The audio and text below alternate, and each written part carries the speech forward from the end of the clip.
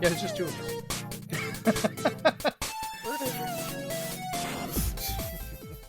All right, welcome to the Zenspath Entertainment Network podcast, Extra Quarter, episode 29. I'm your host, Jeremy Powers, and joining me, just the two of us, Chris.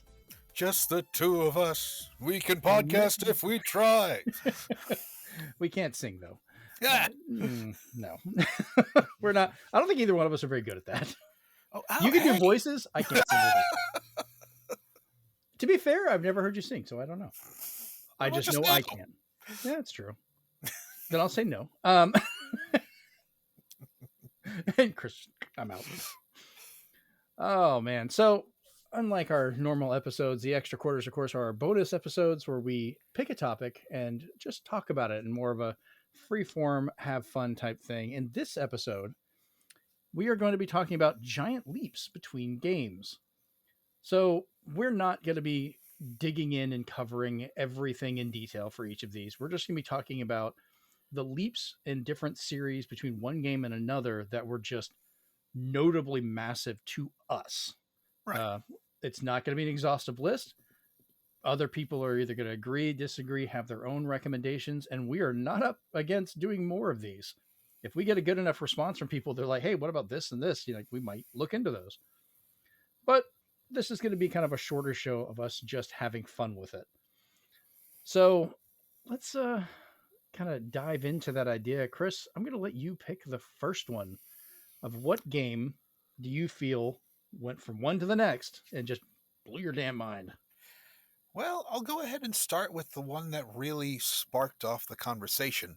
Okay. We were unsure as to what we were going to do for the extra quarters, so we just kind of mulled on some stuff. And then we really started talking about Metroid. And the fact that Metroid 2 and even the first Metroid were very restrictive, but still fun, groundbreaking games. Then you moved on to Super Metroid. And I want you to tell me how you felt about that. Oh, God. This is the one. Yeah, this was my biggest leap for a lot of these games. Super Metroid, when that first played, I remember sitting at my friend Patrick's house, sitting there with the CRT in his bedroom when he turned on the Super Nintendo for the first time, when he got a hold of a copy of Super Metroid. And I heard that opening part where it actually talked. And it was like, the last Metroid is in captivity. The galaxy is at peace. And it blew my freaking mind.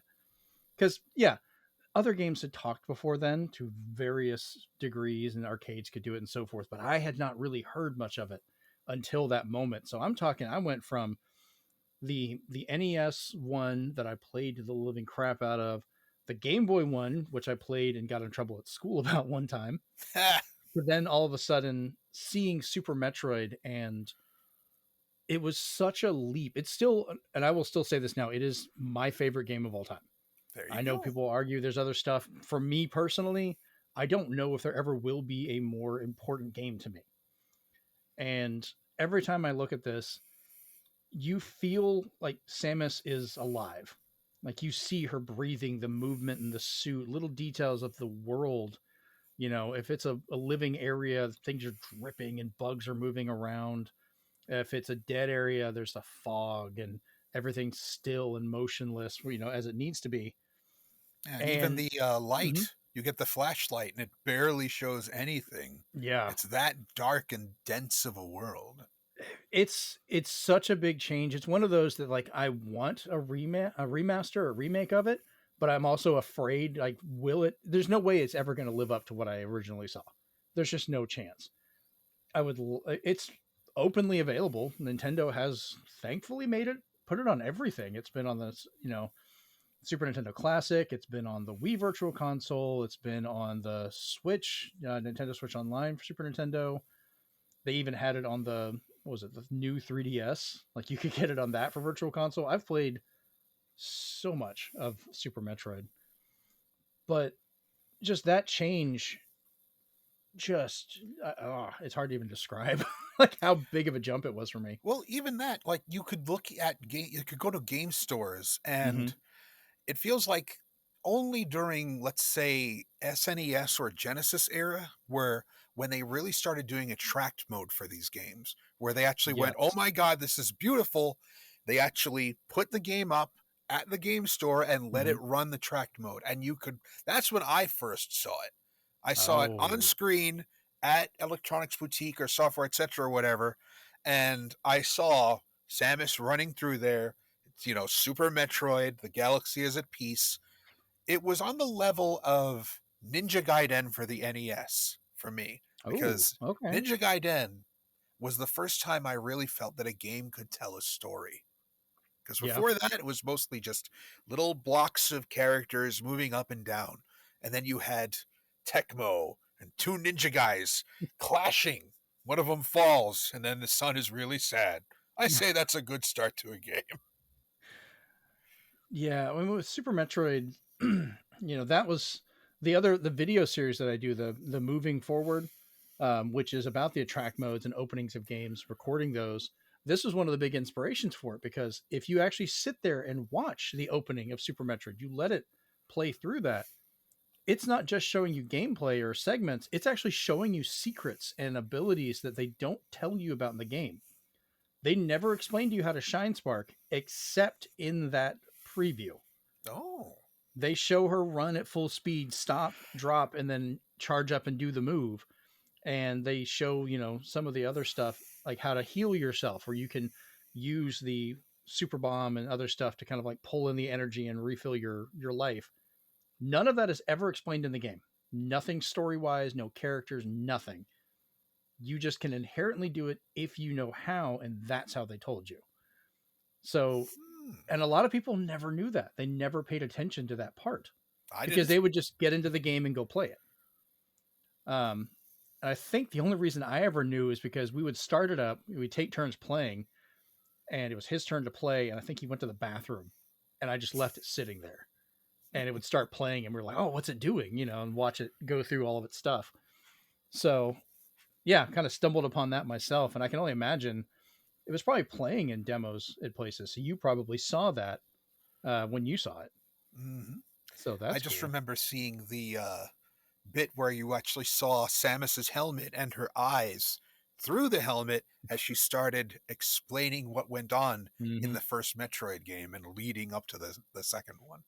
So it was wonderful cinematography for the time. I think it still holds up. I Oh, mean, sure. I would, God, if they did that, I think it would be nice if they treated it like Chrono Trigger, where Hmm. they did that for the DS, where you could play it exactly as it was, or you could play it with some enhancements or quality of life stuff. Like if they added in CD quality music and maybe up the sound effects or stuff like that, or let you up-res it a little bit without blurring it or taking away from it. I'd be okay with that as options. That'd be fine. But I think we're kind of getting sidetracked to just becoming a Super Metroid love show. I Uh, mean, nothing wrong with that. oh But no, still, it's my greatest game of all time for a reason. I well, can sit there here you go. and talk about it. So I'll take over and jump into the next one, which is still Metroid related, because this is a series I feel has had two giant leaps from one to the next. The move from Metroid 2 to Super Metroid was massive, but they managed to do it all over again from Super Metroid to Metroid Prime on the original GameCube. That one, we've talked about this before, both the original release and the remaster with my friend Caleb. You can go find that over on the YouTube channel or over wherever you find your podcast. I think that was Extra Quarter 28 is our most recent one on the remaster. So we have talked all kinds of love for that game, but the way they managed to pull off the exploration and the feel and the loneliness of Samus in a living world in full 3D without, compromising any part of it still holds up to this day. And I still feels like it's kind of like a guidepost showing people like, here's how you want to do adventure games like this in a first person. It can be done if you do it right. A lot of people are skeptical too. They heard Metroid and they heard 3D, Mm-hmm. and they just figured, no, this isn't going to work. But boy, did it.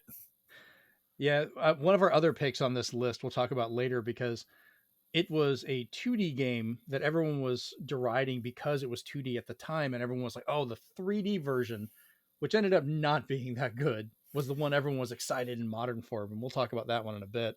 Mm-hmm. But yeah, You've played through Metroid Prime, right?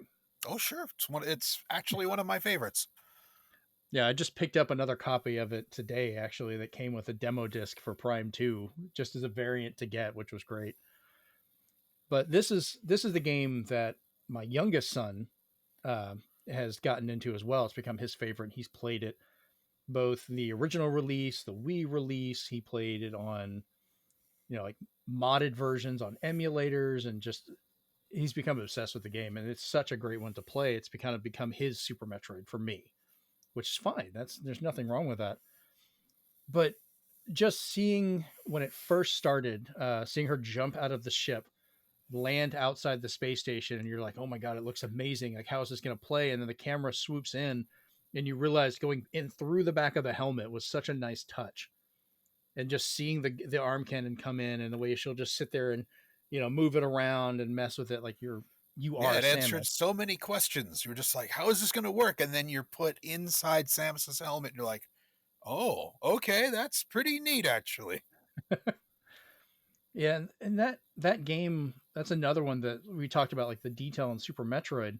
They did not slack in this at all. Retro Studios nailed it on that front. Like when you get the X-ray visor, you're seeing her hand inside the cannon, doing the different formations to choose what weapons you're using, and the skeletal structure. And I'm like, And that's a really cool interpretation. That's one of those things where I'm surprised they even thought of it, but it was actually very clever. yeah, it feels lived in. It's like the Mm-hmm. world felt like it was existing whether you were there or not, and you were actually interacting with it. And Metroid's it's gone kind of up and down since then. I think these are the high points for it. Like a lot of them are great, but I don't feel they've had the jump that we had for these two previous ones. That's fair. Dread was a good return to form, if nothing Yes, else. I did like Dread. I really enjoyed it. I didn't it didn't feel as big of an improvement as Super Metroid and Metroid Prime. Personally, Hmm, that's all. I'm not saying they're that's bad fair. whatsoever. I still love them. Still play the living crap out of them. So, all right, Chris, what is your next one? We don't have to follow the list as is. You can pick whichever one you want. Well, I'll go ahead and mention the one that we talked about earlier. Okay. Castlevania has been an old favorite of mine. Mm-hmm. I enjoyed Super Castlevania 4. I had a lot of fun with Bloodlines, but I did not like Castlevania 64, and a lot of people would agree with me. I did not play Castlevania 64 until much later, after I had played Symphony of the Night, which was the birth of an entirely new genre, which was actually the culmination of the last thing we talked about. Yes. It's a Metroidvania. Just take one, take two, chocolate peanut butter, and there we go, new genre. And it was frankly amazing. The voice acting was atrocious, but still kind of fun. It's The lovable because of it, though. Yeah, we can go with a lot of games like that. The animation still to this day is some of the best 2D animation I've seen in a lot of video games. The Yes. pixel work, the portraits done by Ayami Kojima, I wish they would bring those back. They were so beautiful. That was one of the first times I could consider a game to be a work of art, personally. Okay. You know, they just added so much that wasn't in the original. The fact that you could just switch different weapons, you had all these cool sub weapons. And remember, we Americans did not get the good Rondo of Blood. We Not got till Dracula way later. X, you know? Yeah. And the X stood for excruciating. We didn't get a good one for, oh God. And they see, they had the cool, cut scenes. They got to see Richter in cool anime 90s style. Did we get that? No. Super Nintendo was, duh. It's one reason I would have gotten a Turbo Duo, but no. It did its best, Yeah, and yeah. its best was lacking. Yes, but yes, um, just going from that, or even just going from, say, Castlevania 3 Alucard's Curse to Dracula's Curse, sorry, to, Symphony of the Night, it was just freaking beautiful. And not only that, it spawned a new type of genre that persists today. Mm-hmm. Half the indie games I've seen are Metroidvanias, even though they don't want to admit it. Yeah. Symphony of the Night I got into kind of late. Hmm. I did not have a PlayStation originally. my friend Insomniac, we know him over on Discord, Brent, one of my best friends. He was the one that had the PlayStation, and I had the N64 when we lived together. Hmm. So Castlevania 64 was the one I was more interested in because that's the one I'd read about and saw the things. It's like, oh, it's moving into 3D. And 3D Maybe was it'll the new thing. right. And I was an idiot. And Everybody was. I still liked 2D, but I didn't have a PlayStation. So I was like, that looks neat, but I'm not gonna play it. Hmm. And later when I did finally get to play it, I was like, this is amazing. Just the whole opening makes you feel so powerful, just going through beating the crap out of everything until you have to run into actual death who goes, nah, you're going to have a hard time. And Give then me he all your went stuff. to, and all your stuff is gone. But I mean, years I've played this game on the PlayStation, which I played it on the PS2 at first because when I got a hold of a copy, I had a PlayStation 2 before I ever had an actual PlayStation. So Huh. I got to go back and play all those, and I'm still exploring it now. But I then played it, the digital version on like PSP and the Vita, and all these different ways I've played that game, and I love the fact that I've been able to carry my game save over between almost all of them. Oh, nice. My time's like maxed out, Oh, I but can only imagine. I still find new things. Like there's so much stuff hidden in there. I'll run It into an item. I'm just like, man, I don't remember ever finding that one before, or just the odds of it showing up. Yeah, it boggles the mind how much they threw in there without any prior, precedence. Like it was just so new. It was And pretty this crazy. and what I love about this one's not just how great the game was, but also the legacy of the great games that came after it. Like the Game Boy Advance and DS Castlevanias owe their existence and how they are and how great they were to Symphony of the Night, just bar Oh, none. absolutely. They are Aria of continuations in Sorrow. that lineage. Say Yeah, what? Aria, Dawn, all those. Mm-hmm. Aria is actually, I would consider Aria my personal favorite, but Okay. only just after Symphony. you know. And I have a funny little story about that one. Ooh, go for it. First time I played Symphony of the Night Mm-hmm. was a Japanese version Oh. from a friend of mine who was a foreign exchange student.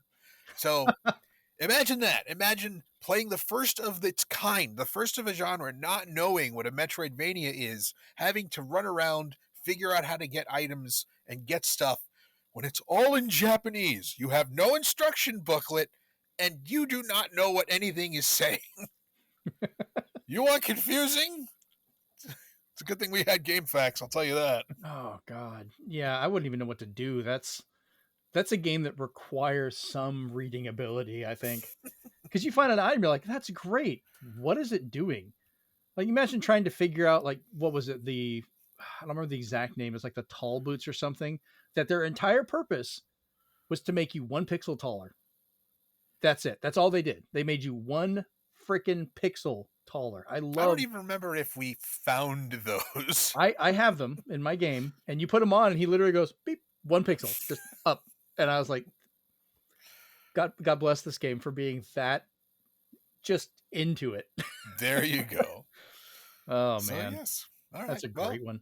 go ahead and pick Also, another. fun fact: if you have a copy of it, put it into a CD player, and you get to hear the voice actor of Alucard warning you that it's a PlayStation disc and not to play it, and then they let you listen to some of the music from the game on it, which is Good old fun. Red Book audio. How Yep. I miss it. So, all right. So moving on from that one, this was kind of a weird one because most people like it's a massive jump, but a lot of people were not even really aware of the first game. I just wanted to include it for a fun fact. So, Wave Race 64 was not the first one. A lot of people think it is, but there was actually a Wave Race game on Game Boy. I never played it. I didn't find it till way later. I didn't even know about it until way later. But I thought it was kind of funny to throw it in there because like those few people that got this, they saw the launch, the early days of the N64 going, "Oh, I remember that series." And everyone else looks at them going, "But that's new." It's like Marty in Back to the Future. "I remember this episode as a rerun." What's a rerun? Like what's a wave race? Like that's new. Can you imagine if they called it Wave Race 2 on the N64? Then people would be going nuts. Yeah, they had to stick with that 64 titling. Boy, they overused that. But I mean, Wave Race 64 was such a big thing because I've seen other games try, and they couldn't actually get close to even what the 64 version was doing for a long time. Trying with the water physics, the way it handled and looked and ran. There was attempts on PlayStation. There was some really good, you know, trying with jet skis and so forth, and they didn't really get close to it. I feel until like the PS2, and by then we got the GameCube one. So, Yeah, Nintendo's really good with water effects. I mean, look at Wind Waker. Same thing. oh, we will in a little bit.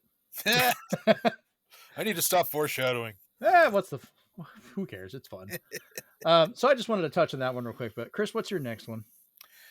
This one's going to be a little weird. It's going to be two different ones. Oh, I love weird. Let's do it.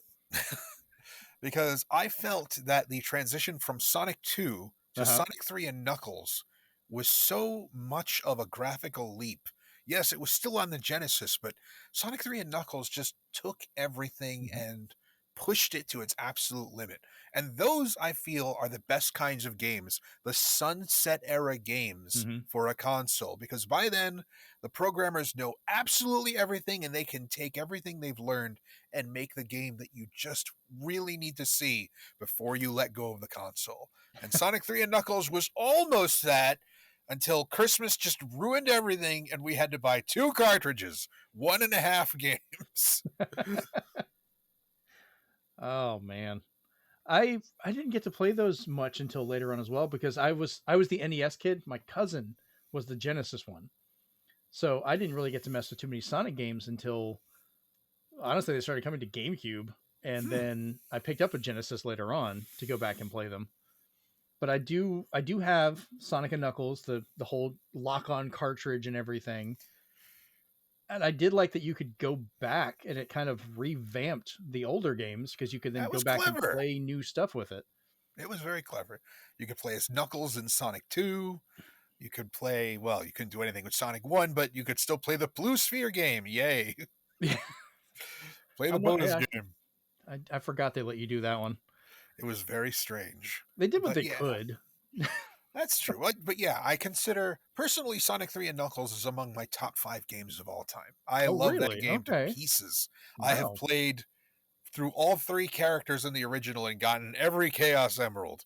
I wish I still had that cartridge because that is like a defining moment. But aside from that, I would also say the leap from those games to Sonic Adventure was astounding. Just the fact that they not only made it fast, but they made it an action RPG that fleshed out more of the characters than we had seen back then. I would argue that a lot of the characters' personalities formed in Sonic Adventure for the Dreamcast. I remember the first time seeing the demo running for that and seeing Sonic run down the dock as that killer whale is tearing it apart. And I'm just like, what is going on? There we go, attack mode. It works. Well, that initial trailer, I was like, because the Dreamcast was the first Sega system. I was like, all right, that's it. I'm all in. I'm getting this the day it comes out. And then, 2.5 years later, Sega's like, all right, we're out of the hardware business. Like, I just got here. Like, hey, look, you lucked out. Us Sega kids, we just got burned over and over and over again, and we came back. Yeah, I went and picked up the pieces afterwards to get all the systems. Sega CD, 32X, Saturn, which didn't even have a Sonic game. God. Not a real one, yeah. I'm really surprised by that. Like, the Saturn really could have had a good one, especially if they hadn't tried to force 3D. If they'd stuck to 2D, that would have been nuts, I think. Yeah, but that was the whole PlayStation thing. And the PlayStation thing, the developers wanted to do more 2D stuff, but Sony execs said 3D is the new thing, so all those cool 2D PlayStation games that are in Japan, sorry, no, not happening. Well, that's the funny thing. It's like the Saturn was built around being a 2D powerhouse because that's what they saw as the future until they had to force in the 3D. So its versions of 2D fighters and stuff were just arcade perfect or top notch. While PlayStation was so focused on 3D, it was lacking for 2D. It didn't have the memory to keep up with it. So I never really wanted to play fighting games on there because you'd be missing frames or it would be missing characters or stuff like that. Like it's a shame too, because as if you had the RAM card, the Saturn had some of the best fighting games of the time. God, you imagine if the PlayStation could have supported some kind of RAM expansion, like what we could have gotten on there fighting game wise, like the competition those systems would have had. I honestly think the PlayStation would have lasted longer as one of the better systems if it Yeah, had a 2D RAM card. I might have actually been tempted to pick one up back in the day, but no, I was all in on that N64. Hey, But that works too. yeah, Sonic Adventure. I got that launch day 99.99 on with my Dreamcast.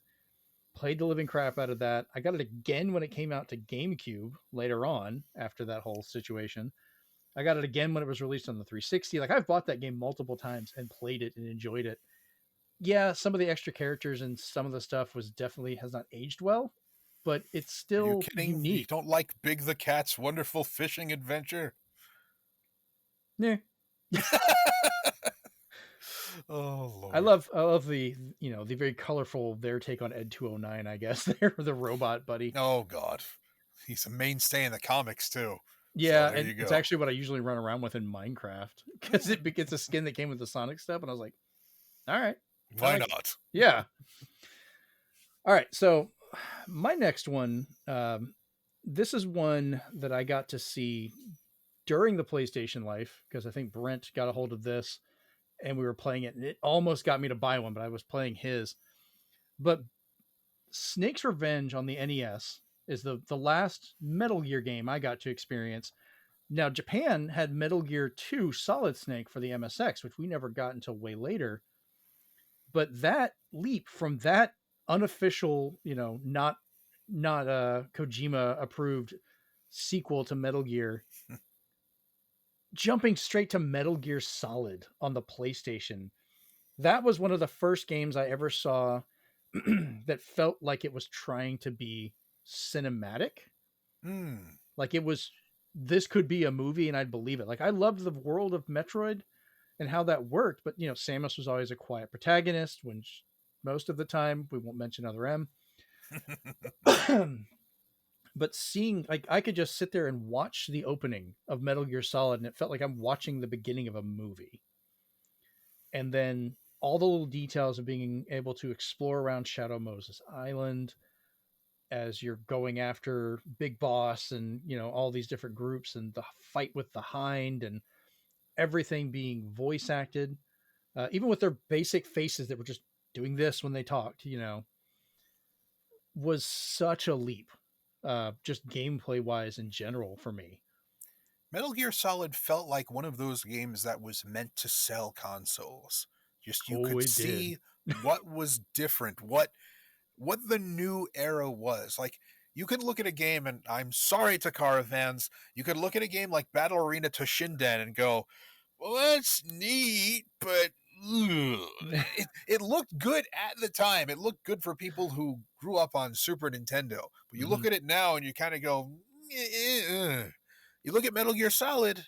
Sure, it's a little polygonal, but it still holds up in terms of atmosphere, I think. Yeah, I mean, even going back, one of my son's best friends, Jonathan, who basically is one of my other kids who's here all the time, he got to play through the original PlayStation version of Metal Gear Solid. It was on the collection, but whatever, he got to at least enjoy it. And even now, in 2024, a high schooler is being like super impressed by this game says a lot. It's been over 24 years since this thing came out. We're That 25 years at shows this point. lasting appeal. Yeah. It's like going back and seeing a classic movie. Like, that movie holds up for a reason. This game still holds up for a reason.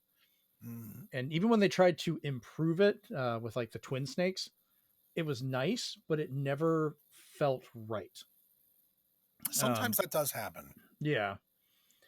I think they tried to translate it for the time instead of making it more of what it was. Kojima, I think, intended this to be his 80s style spy movie action thing that he always liked to watch and enjoy.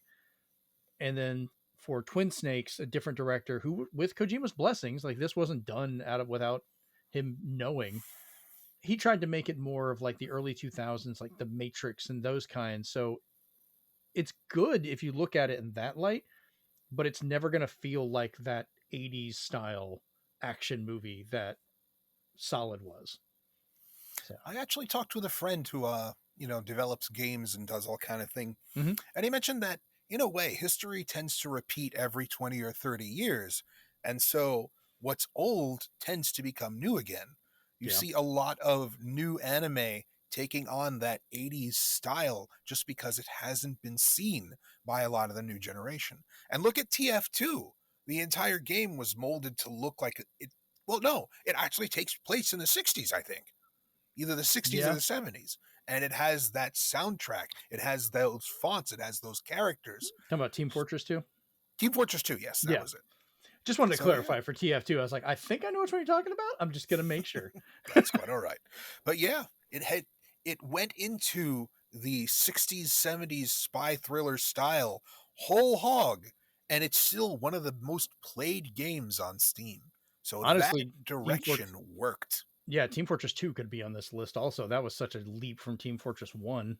There you go. Look at that. With Yeah, nine we just lists. see, we just made a new one. This is all just a conversation, people. All right, Chris, which one do you got next? I'd probably go with let's see.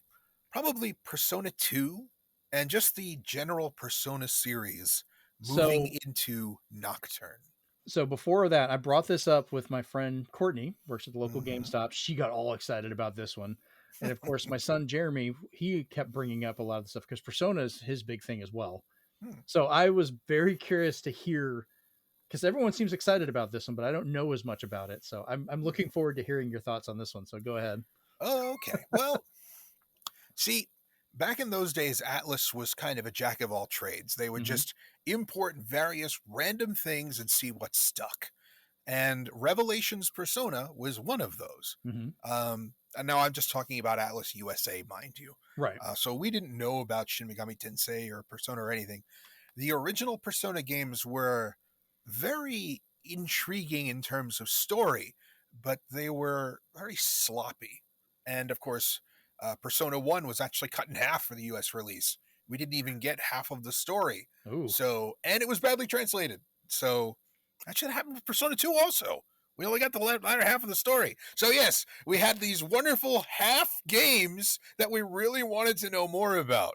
And then, years later, we get Shin Megami Tensei 3 Nocturne, which is not only its whole full game, but it had the Persona Royal treatment, where we in the States got the extra episode that was Ooh. made later. Now, later on, we Atlas fans would learn that this would be a very painful lesson because we always get Persona 5 and then Persona 5 Royal, and we have to pay for it again. But now, we were just happy to get what we got. Hmm. And Nocturne was one of the most beautiful games we had ever seen in an incredibly new post apocalyptic series where you could actually be one of the demons. You didn't Oh. have to be a human, you didn't have to save mankind if you didn't want to. You were in this cool post apocalyptic Mad Max wasteland, and you could punch Thor in the dick if you wanted to. Just something wonderful about That is that. not a sentence I expected to hear today. Welcome to Shin Megami Tensei! This is why we keep telling you to play it. You can physically punch Thor in the nuts. Wow. But aside from that, um, it brought incredible lore. It brought the Demon Compendium. It brought Hmm. Jack Frost, which became a staple of Atlas. Essentially, before that, we had Jack Brothers for Shin Megami Tensei, and nobody knew what the hell that was. And it was on the Virtual Boy. Yeah. No one knew So, what the hell that was. exactly. So it basically brought what the real Atlas was in Japan Hmm. to America. And shortly, a few years after, we got Persona 3, which revitalized, well, I think it revitalized JRPGs. For me personally, it was a very American RPG market back then. You know, you had the Elder Scrolls, you had Uncharted, and all that stuff. But I feel Persona 3 brought JRPGs back on the map. It's And yeah, definitely a series that got my kids interested. That has been one of Jeremy's favorites. I've watched him play so many of them over the years. The music is stuck in my brain, especially the battle absolutely. themes because they just over and over and over again. They're Um, wonderful. but he had fun with them. Like I've said before, RPGs are not my biggest thing. I have trouble playing them Hmm. for just personal reasons, ADHD and so forth. I can't. It's well, I They mean, get slow, and my brain yeah. just wanders off, and I play something else. But I have Well, nothing that's against them. I love seeing them. I love hearing the kids talk about them. We're going to see how Final Fantasy 14 goes because I just started that last night. best of luck. Yeah, I'm hoping because I'll be playing with the boys. Yeah, That's that's the more thing. At least engagement, that you've got other people keeping you into it. So right? there you go. So, all right, yeah, and God bless him, he's bought me multiple Persona games, and I've played chunks of them. Like I loved Persona 5.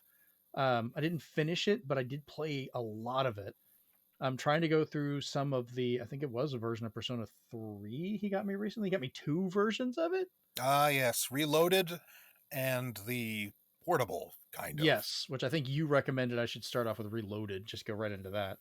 It's the better version, I would say. Yeah, which is fine. I still appreciate the fact of having it and messing around with it. So who knows? All right, so this next one is a little controversial for some people. At least it was back in the day. Nowadays, everyone's like, "Oh, well, this is obviously the better game." Uh-oh. Um, but I remember the reactions to it at the time.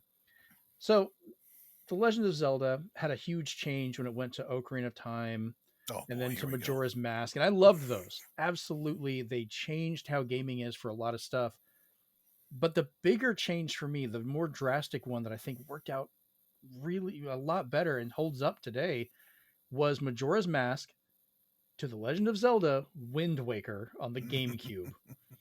Or, Zelda, as they called it, as everyone tried to deride The it. derogatory term, which ended up for the better game overall.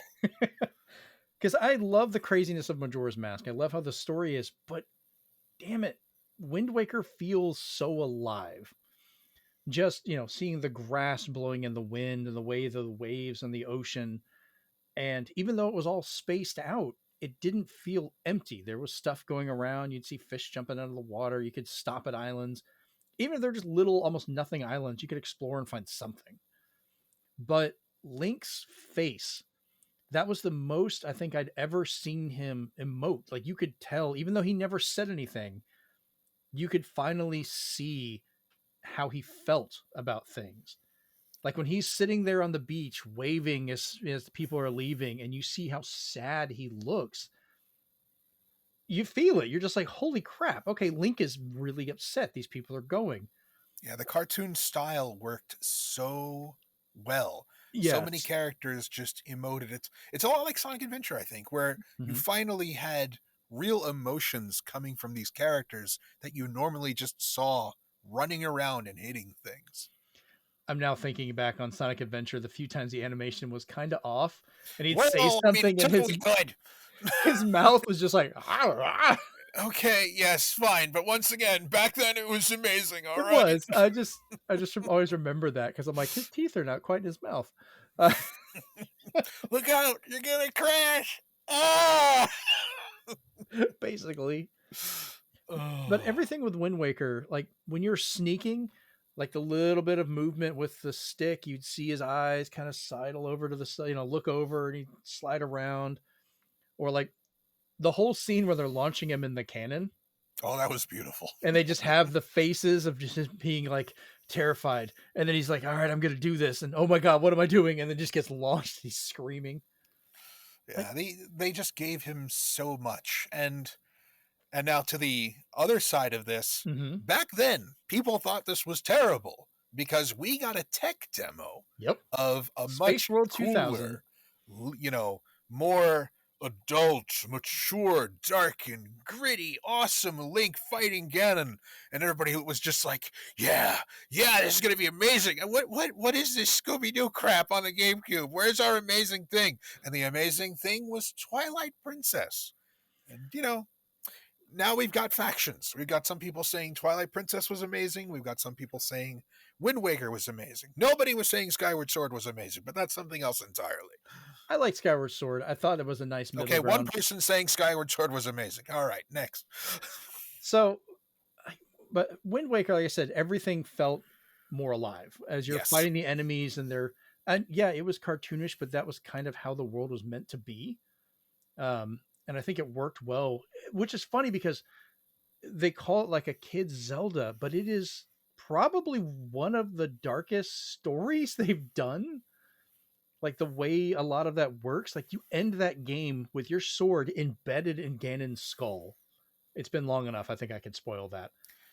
And Well, it's not even like you're talking about what looks like this little kid just impaled a grown adult in the skull with a sword, and you're just like, what the shit? funny thing. And there was blood and everything, like in the original cut, like before they changed it. Oh, I don't remember that bit, but Yeah, I remember. oh, that's pretty cool, actually. Funny thing, as an aside, Final Fantasy IX was like that for a lot of people too. It Okay. was a return to form with the tiny little chibi characters, and it was adorable looking, but it had one of the most dark stories in the series, you know? I And preferred nine over the other ones. that was after people complained about how boring Final Fantasy VIII was. So, I've heard that complaint. I didn't even really give that one a try until later because I was like, I'm already gonna have trouble playing this. so it's amazing how that happens sometimes. You've got these you know, it's kind of like the Aladdin Genie thing. Phenomenal dark story. Itty bitty chibi characters. you know? So, in regards to Twilight Princess, I will definitely give that the due its recognition it's due. Oh, it's not a That bad game game, at all. but at the time, I remember hearing the backlash about Wind Waker, and then we got Twilight Princess, and I guess because I was still playing Ocarina and Majora's Mask and stuff like that, because I have all the bonus discs on GameCube, so they were still. I was cycling through and playing them and messing with them because I had all the Zeldas on there. So Twilight Princess to me felt like, okay, we're just going back to, we're trying to make it realistic, and we're just kind of trying to tell like Ocarina's story again, which I know it's not the case, but it kind of felt like repeating it again. So Well, I never gave it the benefit at the time. there's always a basic Zelda story you can't get away from. Yeah, and I You see know? that now. And I knew I was, being a kid young adult at the time. I had children by this point. Um, but yeah, I definitely don't argue with people that are just like, oh, that's my favorite one. And I'm like, no, I can see that.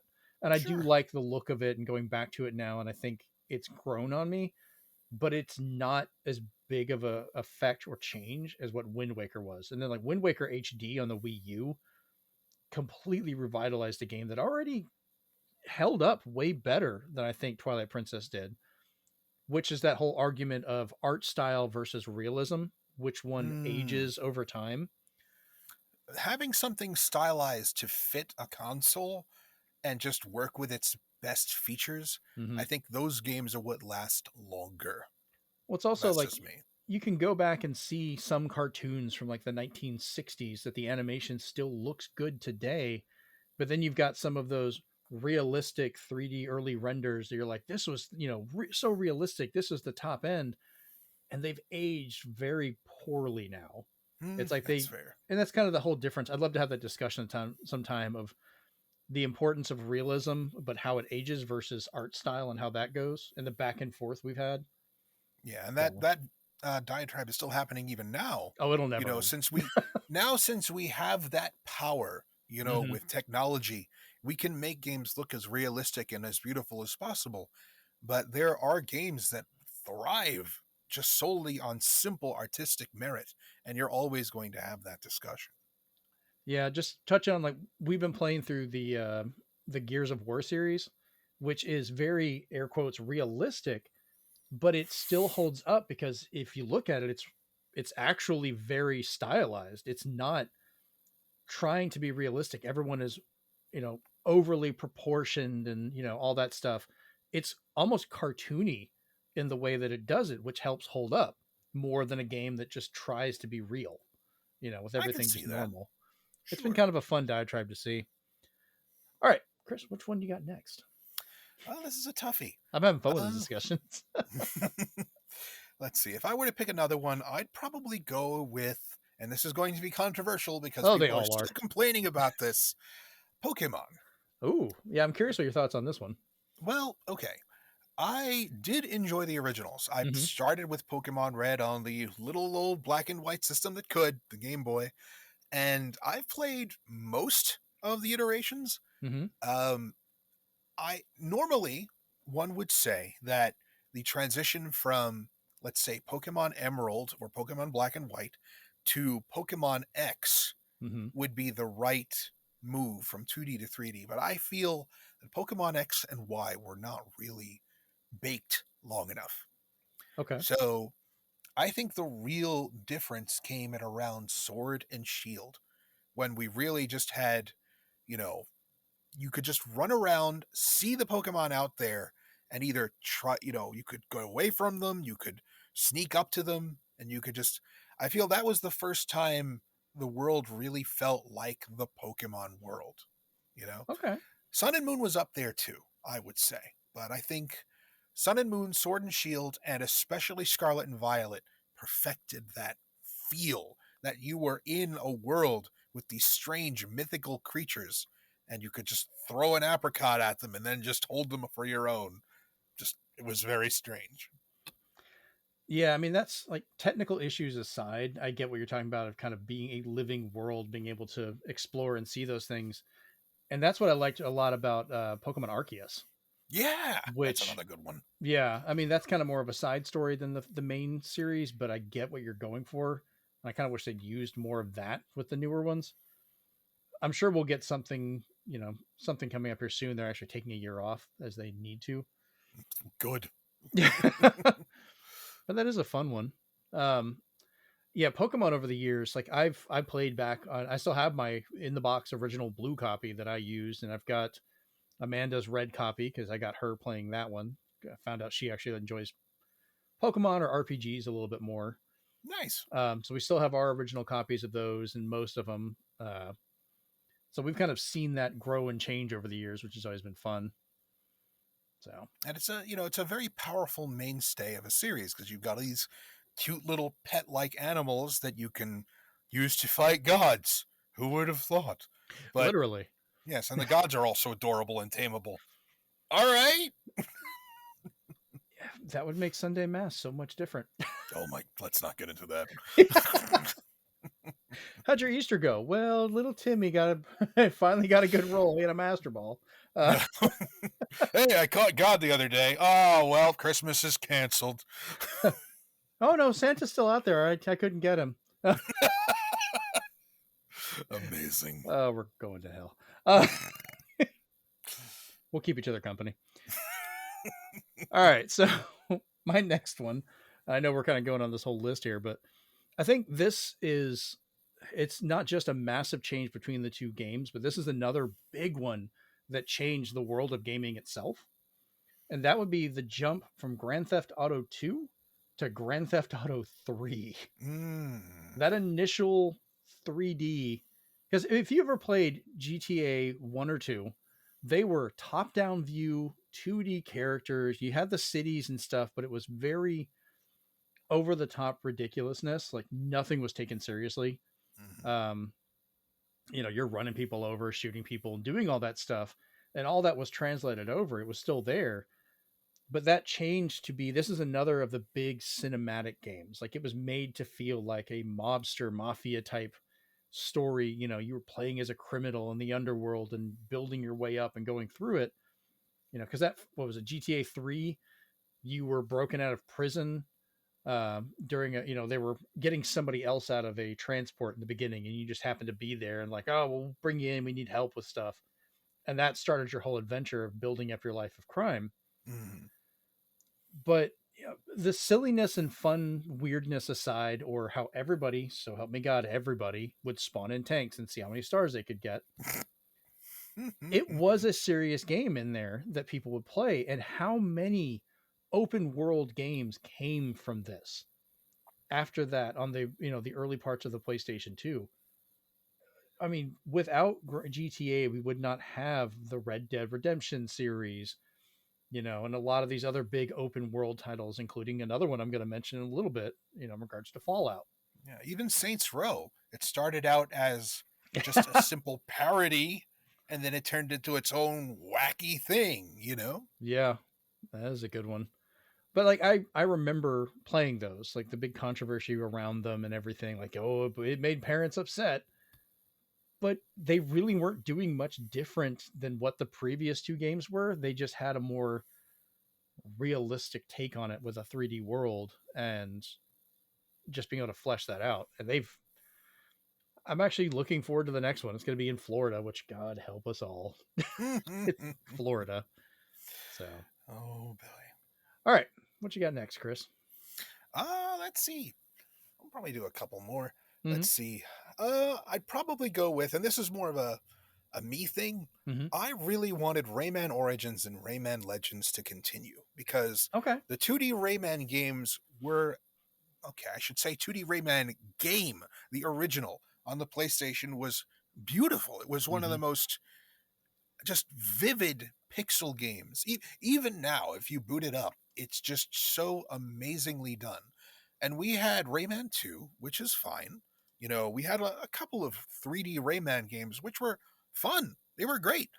But I personally think that Rayman Origins is one of the best in the series, just because it has such amazing animation. The characters, much like in Wind Waker, Mm-hmm. emote so vividly, and it's just such a fun game and world to go through.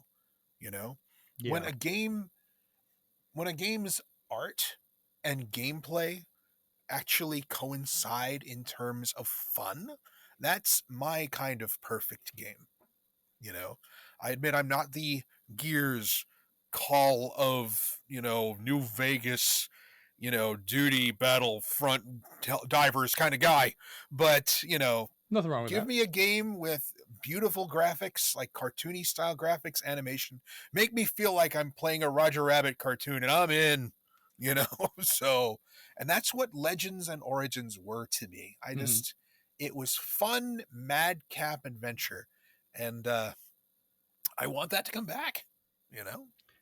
Yeah, that was definitely a nice change of pace, but sadly, a lot of it's kind of just become rabbits now.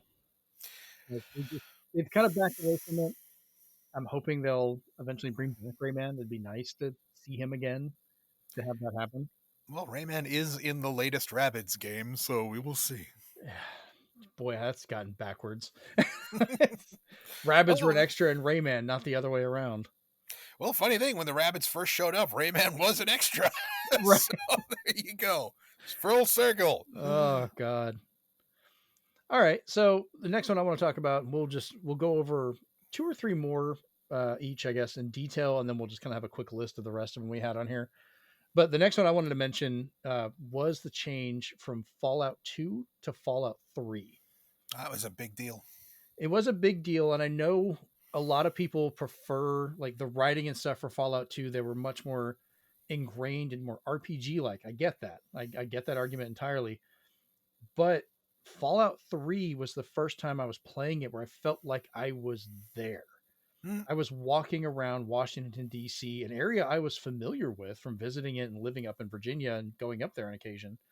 So I was seeing places that, yeah, it was an alternate timeline and stuff, but I could go there and visit where these sites were and kind of explore about.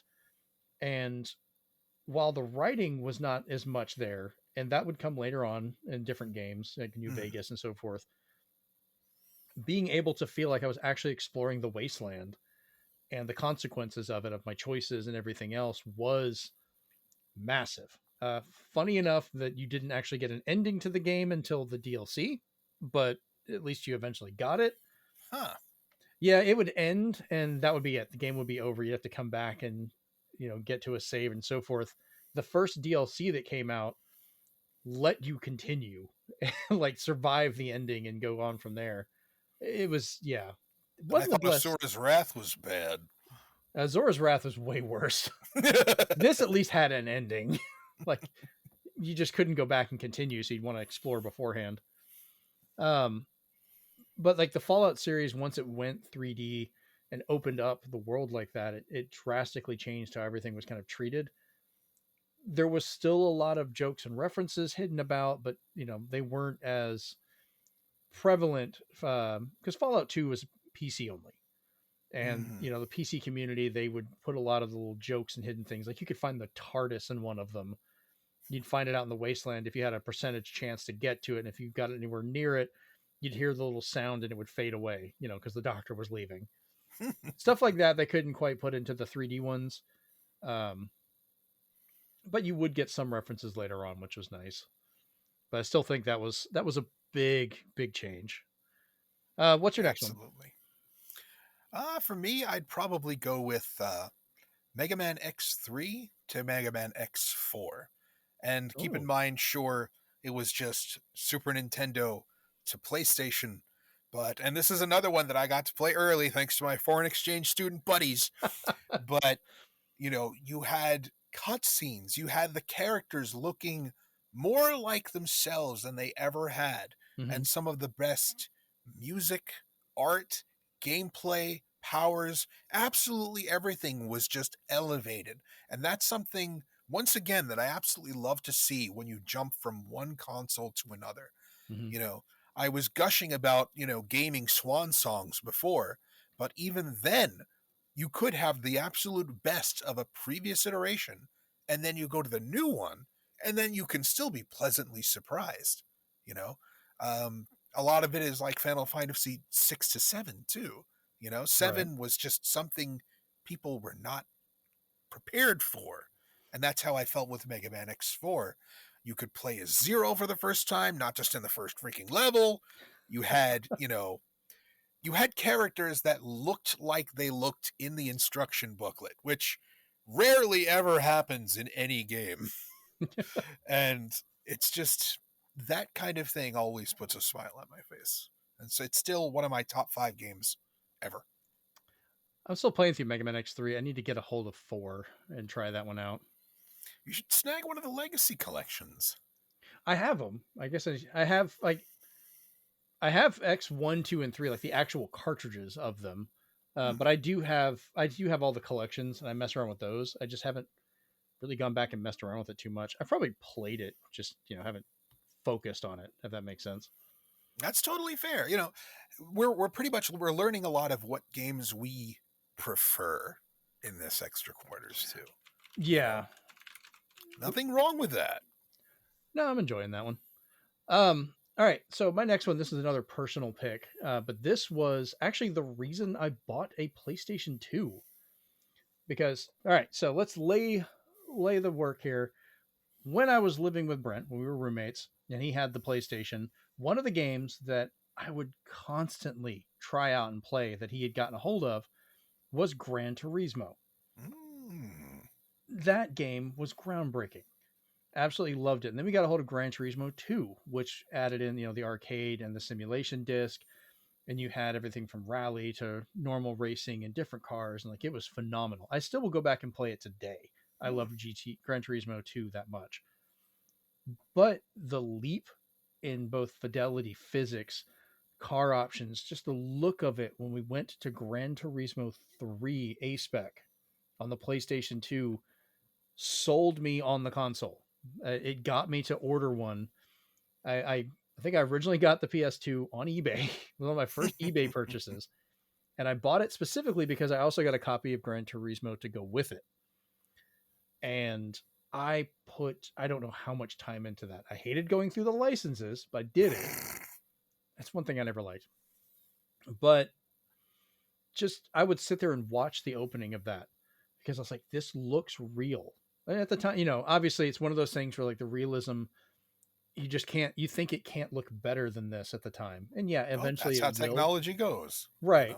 And eventually that changes and you're like, oh, okay, it can look better. But even today, it still holds up watching it. And I remember the music of it playing and then getting into the races and just diving into that. It improved with Gran Turismo 4. I think that's the peak of the entire Gran Turismo Mm. series to me. They kind of went downhill or lost their way afterwards, and they've been The kind of latest ones struggling. are a little weird.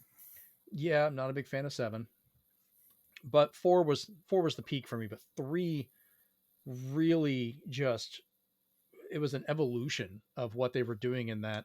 And I did not find another racing series I liked as much until I eventually started playing the Forza series, Mm. which didn't have as gradual a jump because they started off on the original Xbox, which was already a big leap in power and everything, and went from there. But that whole change from Gran Turismo 2 to 3 was just it felt like it was generational. Truly a new ability to race and do these things was unlocked with this hardware. So That's cool. All right. Which one do you want to do next? Well, let's see. There was something in mind that I had just thought of, but I Mm-hmm. can't place it right now. Ah, it came back. Okay. Okay. The original Smash Brothers, which I had no idea how to play. Oh I didn't yes. know what those stupid percentage things were. So the higher they were, I thought I was doing great, and then somebody hit me and I died. But then you move to Melee, which had one of the most beautiful intros of any game I had ever seen. And I consider that game the start of the crossover era, where Oh, you okay. just see all these characters you would never expect to see in the same game beating the crap out of each other. And because of the power of the GameCube, they looked phenomenal. They still hold up. Like, Exactly. and the funny thing is, I forgot to add. I had mentioned that earlier when I was talking to somebody else, and forgot to add it to the list. So I love the fact that we're having the same thought on that. Going from Smash 64, which was groundbreaking at the time, to just how Melee is. And Melee, like, all right, I'm not the biggest fan of people just like, oh, everything has to be Melee. Like, no, we've moved on from some of this stuff, but Melee's change, the use of the GameCube controller, we're still using today on Smash Mm-hmm. Ultimate. It's still an option that people use for tournament play or just getting together and playing it. Like, it still holds up. That's one But of those moments where you have a controller that was essentially made for a game. You yeah, know, GameCube worked so well with Prime, with Wind Waker, with Melee. It's just a catch-all controller for so many GameCube games. I think that's one of Nintendo's gifts. They make controllers people like they'll criticize and think are weird, but then you play the games that were designed with that in mind. Like, which one came first? Was that controller made for this game, or was this game made for that controller? Because they It's feel wild. almost inseparable. And oh man, it was Yes, so Melee. fast, so smooth, so many characters at the time. And they looked the way you envisioned them in your head. Like once again, this is a case of the game defining how these characters looked. Hmm. You Samus looked better than she ever did. Link looked absolutely amazing. You Yeah. just had all these characters that you could only envision from the packaging or from the pixel art, and you had them looking better than they ever did before. The biggest, my biggest favorite part that Melee started, which I actually miss from Ultimate, is the trophies. Ah, Because the you trophies. could go in, like, earn these things and fight and get them, but you could go in and look at the models in such detail and change the lighting and just explore everything around them, or find the weird extra eye on the back of Daisy's head. Honestly, I think spirits are stupid. I get why they changed it because you can just put spirits from so many games in at any time and you can Yeah. add more and more and more. But that feeling when you went through Melee or Brawl and you had that table with every character, it was amiibos before amiibos, damn it. They became amiibos. That's my only thing where I'm like, I don't have them in this Smash, but I do have a wall, like a huge display of every amiibo they've released in North America. I have all of them. So I can go and look at the real world version of that and pull the figure down and look at it. So I still get that enjoyment, but having it digitally, like, I still go back and play the Smash Wii U and 3DS because both of those had really good trophy collections you could unlock and earn and explore. And I understand the next Smash Brothers we get is going to have less characters. There's no way they're bringing back everyone again. They said they're not. But I want trophies back. Like, that was such a good piece for me And they had the outside of, lore. I miss the lore. yeah. But oh man, that was such a change. All right, so the last one I wanted to go through just to talk about in detail before we kind of just brush through a few of the other ones, which don't take that as a bad thing. Some of these are massive changes. I'm not brushing through them because we don't care, but it's been an hour. We're having some fun. But I think one of the biggest changes that changed gaming for a lot of people, and this goes back to Nintendo's, was the game designed around the controller, or I think in this case, the controller was literally designed around the game. Uh, Super Mario World was phenomenal on the Super Nintendo. Absolutely loved that game as a mainline Mario title, and we had stuff afterwards like Yoshi's Island and so forth. But Super Mario World was the last big console one, And then we got Super Mario 64. That is a Yes. touchstone moment in gaming for me because I remember walking into the Toys R Us here in Panama City, going to the right of the store, going back into it was like 4 or 5 aisles back where they had the video game section, and right at the end, they had just set up the Nintendo 64 demo. It was the first time I ever seen it. And they were selling controllers early. I walked out of there with a controller before I ever had the system. That's wild. Yeah, they had let them sell some of the accessories early. Um, so I had bought an N64 controller. I remember taking it to school and be like, "Look at this controller," and everyone's like, "This is insane. It looks like a weird trident." They're like, "Yeah," but it felt so good when I got to play the demo of Mario 64. Everything fit because it changed how 3D games worked, just for everybody. Absolutely. Lock on, with the camera controls and being, jumping around and exploring things.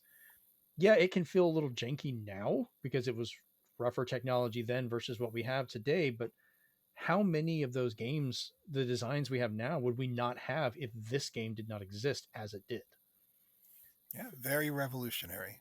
Even the controller, which looked like some sort of talon, some sort of raptor claw, and yet you played with it and it worked.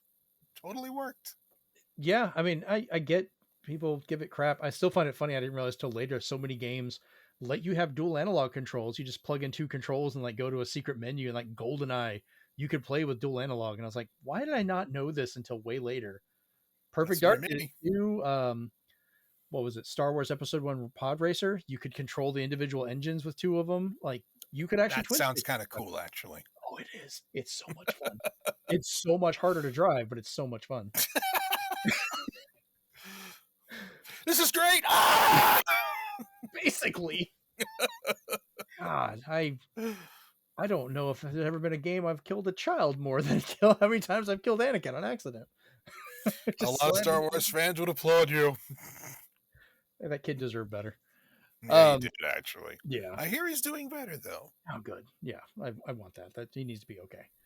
Um, but yeah, just everything in Mario 64, the way that that kind of created, instead of having individual levels, it really fleshed out a world that would change as you went through it, where you would finish one thing and that would open up another part of it, and each star would kind of rearrange or remix the levels. It I'm was sure that very clever. The yeah. painting mechanic, the Hmm. castle being a hub world, that was genius for the time. Yeah. And they were pushing trying to have this be a two-player game. It never made it, um, which would have been interesting. I wonder how that would have ran. We technically had Yoshi in it, but just when you got 120 stars, you'd find him up there. But yeah, that and to this day, that's still one of the biggest jumps I've ever seen because it wasn't just. I mean, 3D had happened before that. PC games had 3D, graphics and things like that before it, but I didn't have a PC as a kid. My parents did not think computers were that big of a deal. Ironically, I'm an electronics engineer now, and I was begging and trying everything I could to be able to mess with computers and play these things. I only got to experience them in other people's houses on occasion. So, Mario 64 was the first time I got a console at launch that had these capabilities and just blew my mind. I spent so much time playing that game. So, all right. So we'll run through real quick of a couple of our honorable mentions that we wanted to talk about, but man, we were really getting into this discussion. I love how this has turned out so far. It's been a lot of fun. There's a Um, lot to talk about. there is, and we'll just kind of go through them. But one of the biggest ones I was thinking of was Kid Icarus 2, surprisingly, to Kid Icarus Uprising on the 3DS. That is a game that needs to come back. Yeah, see, unfortunately, it was held back by that stupid little nub on the 3DS at the time. If that game came out later with proper dual analog, it Did would you have mention a done Switch port? gangbusters. A Switch port would be phenomenal. Mm, absolutely. Um, what you got? What's next? Well, Prince of Persia 3D, Hmm. and just Prince of Persia in general, to Yeah. the sands of time. They changed so much, that he was essentially a different character at that point. We Yeah. have that DreamWorks eyebrow Pixar protagonist guy basically replacing the rotoscoped protagonist of ye olden days. Mm-hmm. And you know what? It worked. The Sands of Time mechanic was pretty fun. You could rewind time just before you got impaled. It worked. And it was definitely much easier because, man, those old Prince of Persia games were tough. Yeah, and it that is a change that's really held up. Even the most recent Prince of Persia is connected to the Sands of Time and those things. So like it's been kind of a I almost think Sands of Time has become almost a bigger influence over Prince of Persia than the actual Prince of Persia games originally I'd say the intended. latest one, the one that we Hmm. have now, is a Yeah, good mix of the two. agreed. I do really enjoy it. Next one I want to mention is Resident Evil remake and RE0 that we had for GameCube. They were kind of like a good remake of Resident Evil that I really enjoyed. That did a better job of capturing that feel of the original. Zero was a fun experiment that kind of fell flat, but then we got Resident Evil 4. Which was campy as hell. Oh, super campy. Absolutely loved it. Just watching the two guys that were giving you crap on the very opening be just skewered onto a fire. You're just like, oh my god, what's going on? Like that, it changed Resident Evil, good and bad. From that point on, it became like an action adventure game more than a survival horror, but still managed to keep survival mostly with limited ammo and things like that, or just a chainsaw dude that could literally cut your head off. They definitely kept it. It had a more action thrill kind of danger to it. Yes. A more oh my god, I'm out of ammo, run kind of thing. Um, Another change that my friend Courtney, when I talked to her earlier about this subject, she wanted me to mention would be the change over to Resident Evil 7. Mm, Because 6 was kind of the culmination of all the action stuff that 4 started. 7 was such a drastic change, returning back to the survival horror, but forcing it to be in first person and then adding in VR. I've yeah, there's that only too. I've only mainly played 7 in VR, and it is game changing, like terrifying game changing as you're Mm, sneaking around a house being hunted. I can only So, imagine. yes. All right, well before we wrap this up, do you have any other ones you want to mention or That pretty much covers it for me. I covered all the big ones personally. yeah, the only other ones I had to list were Witcher 2 to Witcher 3, which it's another one of those almost like Wave Race where it's like not as many people were really into the previous Witcher 2. If it wasn't named Witcher 3, would people have even realized about them sometimes? Much like Street Fighter 2. No kidding. And then the other one, just as kind of a joke, but also my favorite, was Pitfall 2 to Pitfall the Mayan Adventures. That'll be the one I leave off on there. I just had fun with that. It's a shame we got Uncharted. Otherwise, Pitfall would have had more things. Yeah, very Uncharted is true. essentially the spiritual successor at this point. Uncharted's had its own moments, but none of it really felt like big enough changes to kind of warrant some of this. And there's, like I said, there are so many games that we did not mention or think about right now that people could Mm-hmm. feel and bring up. And we want to hear about that. Let us know, like leave comments on the video, messages, talk to us on the Discord. You can find us over at bit.ly/Zenspath Discord. We'd Mm-hmm. love to see you over there and talk with us. You can talk to us on Twitter at Zenspath Podcast. Um, you can't talk to Chris anywhere. He does not know what social media is. Whatever. That's fine. You can still talk to us on the Discord. Retort to us on YouTube. If you have a game that Yes. changed the way you felt about games, go for it. Yes, definitely want to hear about that.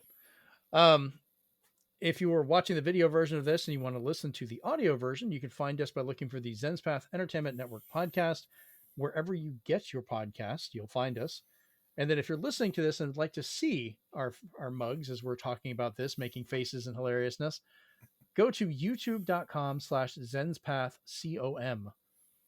All right. This has been episode 29, the extra quarter episode 29, and we're out. Peace. Later.